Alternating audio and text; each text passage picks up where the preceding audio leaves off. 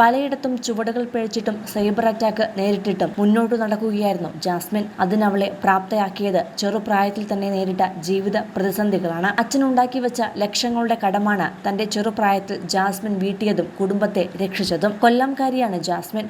ഉപ്പ ജാഫർ ഖാന്റെയും ഉമ്മയുടെയും മൂത്ത മകൾ. അനിയൻ ജനിച്ച് 1 വർഷം വരെ കുടുംബ വീട്ടിലായിരുന്നു ഇവർ താമസിച്ചിരുന്നത്. എന്നാൽ ഓർക്കാപ്പുറത്ത് ഒരു ദിവസം അവിടെ നിന്നും താമസം മാറേണ്ടി വന്നു. തുടർന്ന് തകരഷീറ്റ് കൊണ്ടുള്ള വളരെ ചെറിയൊരു ഷെഡിലായിരുന്നു താമസിച്ചത്. തുടർന്ന് വാപ്പ മീൻ കച്ചവടം ആരംഭിച്ചു. മെല്ലെ മെല്ലെ മെച്ചപ്പെട്ട് സ്വന്തമായി ഒരു വീട് വെക്കുകയും ചെയ്തു. തുടക്കത്തിൽ സാമ്പത്തിക പ്രശ്നങ്ങളൊന്നും തന്നെ ഉണ്ടായിരുന്നില്ല. 10ാം ക്ലാസ്സിലൊക്കെ പഠിക്കുന്ന സമയത്ത് സ്കൂളിൽ പോകാൻ നേരം വാപ്പയുടെ പോക്കറ്റിൽ നിന്നും 1000-ഓ 500-ഓ എടുത്താൽ പോലും അറിയില്ല. എന്നാൽ ഇതിനിടയിൽ വാപ്പ ചീട്ടുകളി ആരംഭിച്ചതോടെയാണ് എല്ലാം നഷ്ടമായത്. ഡിഗ്രി കാലത്തെത്തിയപ്പോഴേക്കും അത് വലിയ കടമായി. വസ്തുക്കളൊക്കെ വിറ്റു. കടം കാരണം രാവിലെ കണ്ണു തുറക്കുന്നത് തന്നെ കടക്കാരുടെ വിളി കേട്ടിട്ടാണ്. പിന്നാലെ വാപ്പ ഗൾഫിൽ പോയി. അവിടെയും കഷ്ടപ്പാടായിരുന്നു.